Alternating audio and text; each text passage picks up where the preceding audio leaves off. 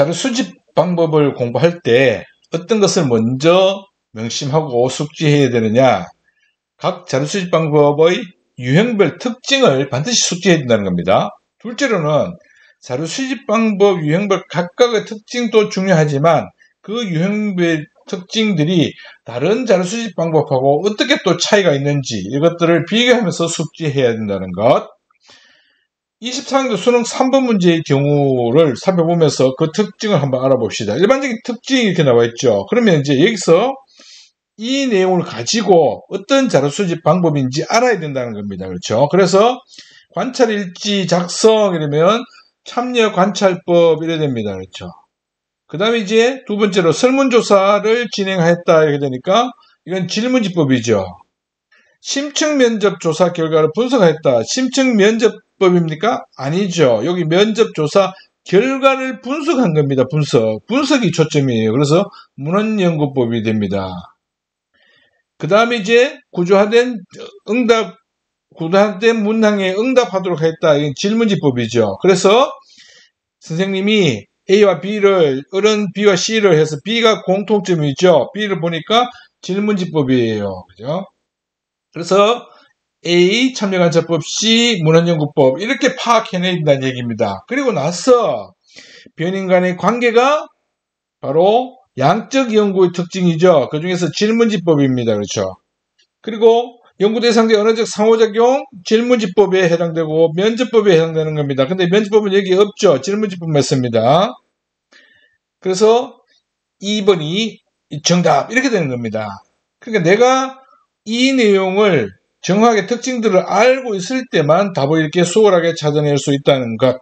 3번 연구 대상자와의 정서적 교감을 중시한다. 정서적 교감을 중시하는 것은 질적 연구의 특징입니다. 그러니까 질적 연구에서 사용하는 자료 수집 방법으로서 면접법, 참여관찰법이 있는데 그 중에 여기는 참여관찰법만 있죠. 다수를 대상으로 하는 자료 수집이 유리하다. 질문지법입니다. 그렇죠. 질적 자료 수집, 참여관찰법만 있죠. 지금. 그래서 답은 2번 이렇게 되는 겁니다. 그 다음 또 아울러서 우리가 옆에 오른쪽 표에 있는 것처럼 각각 경제성, 조작화 정도, 개량화 가능성, 주관 개입 가능성 이런 것들을 우리가 잘 기억하고 있어야 된다는 거예요. 조작화 정도라고 하는 것은 얼만큼 이 상황을 제어할 수 있느냐 없느냐입니다. 그 다음에 이제 9월 10번 문제를 보게 되면 9월 10번 문제 같은 경우가 B와 C를 구분할 수 없는데 A와 B는 구분할 수 있다고 됐죠. 그래서 이 부분이 상당히 좀 우리 머리를 아프게 하는 그런 부분입니다. 그래서 표를 반드시 이렇게 이질적, 동질적 이렇게 만들어 놔야 됩니다. 그렇게 놓고 그 특징들을 잘 기억했기 때문에 또 찾아 들어갈 수 있는 거죠. 그래서 A가 질문지법이다. 질문지법을 적어놓고 2번은 A가 면접법이다. 면접법 적어놓고 3번은 C가 관찰법이다.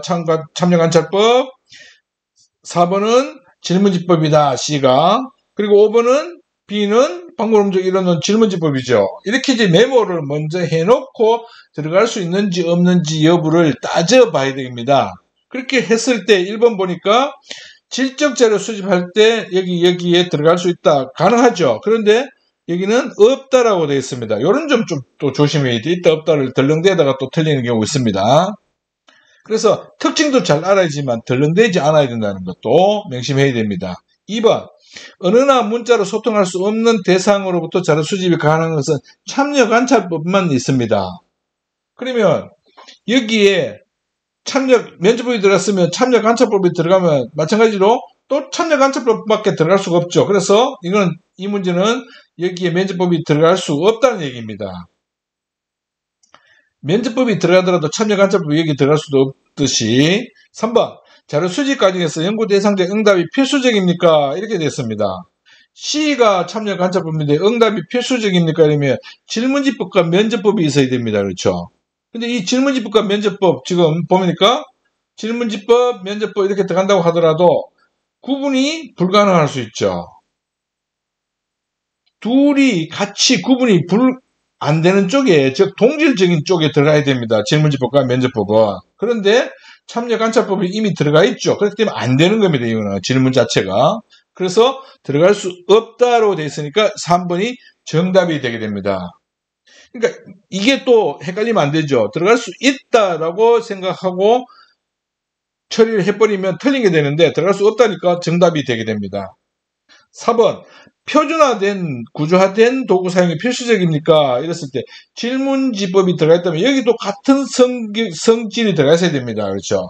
그런데 지금 양적 자료와 관계되는 자료 수집 방법은 없습니다. 질문지법 외에. 그래서 이 문제도 틀렸다. 이 질문도 할 수 없다. 이런 얘기입니다.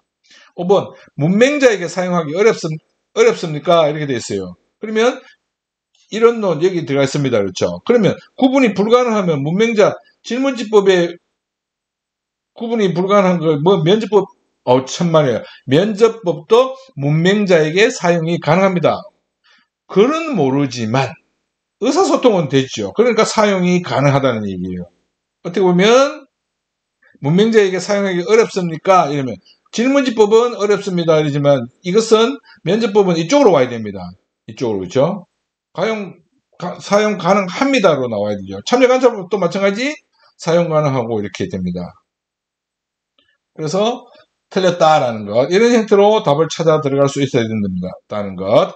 그 다음에 24항에도 수능 대비 6월 문제를 한번 살펴봅시다. 6월 문제 같은 경우 보면은 자료 수집 방법 A, 자료 수집 방법 B 이렇게 돼 있죠. 설문조사 여기서도 또 조금 헷갈리는 경우가 있는데 고령자가 많아 주민을 직접 만나는 방식 이렇게 만나는 방식이라고 해서 면접법인가? 아닙니다.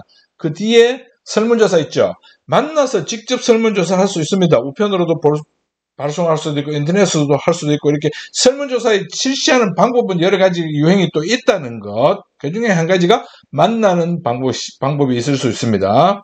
두 번째, 어른 신뢰관계를 형성한 후에 삶을 듣고 기록하는 조사 이러니까 면접법이죠. 그래서 A 질문지법, B 면접법 이렇게 정리를 해놓고 보니까 1번 융통성 면접법이죠. 언어적 상호작용 둘 다 합니다. 모두 다 언어적 상호작용이 필수적이죠. 구조화된 자료 질문지법입니다. 통계처리 질문지법이에요. 주관적 인식 모두입니다. 그렇죠? 자, 지금 5번 선지 같은 것을 헷갈려서 틀리는 사람들이 있는데 모든 자료 수집 방법이 주관적 인식 파악이 가능하다 이러면 틀린 말이 되죠. 왜? 문헌연구법은 안 되니까. 그런데 실험법, 문헌연구법을 제외한 실험법, 질문지법, 면접법, 참여관찰법은 모두 다 가능합니다. 이 네 가지는. 그래서 가끔 이제 학생들한테 질문을 받았죠. 선생님, 실험법에서 어떻게 가능합니까?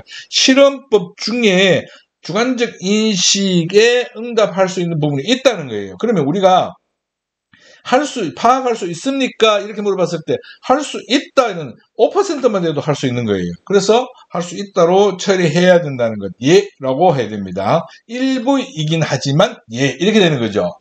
이런 형태로 이제 공부를 해야 된다는 것. 다시 한번 정리해보면 우리가 각 자료 수집 방법의 특징을 잘 기억해야 된다는 겁니다. 둘째는 각 자료 수집 방법의 유형별 특징을 또 비교하면서 숙지해야 된다는 것 꼭 명심해야 된다는 겁니다. 자세한 내용은 차근차근 알아보도록 합시다.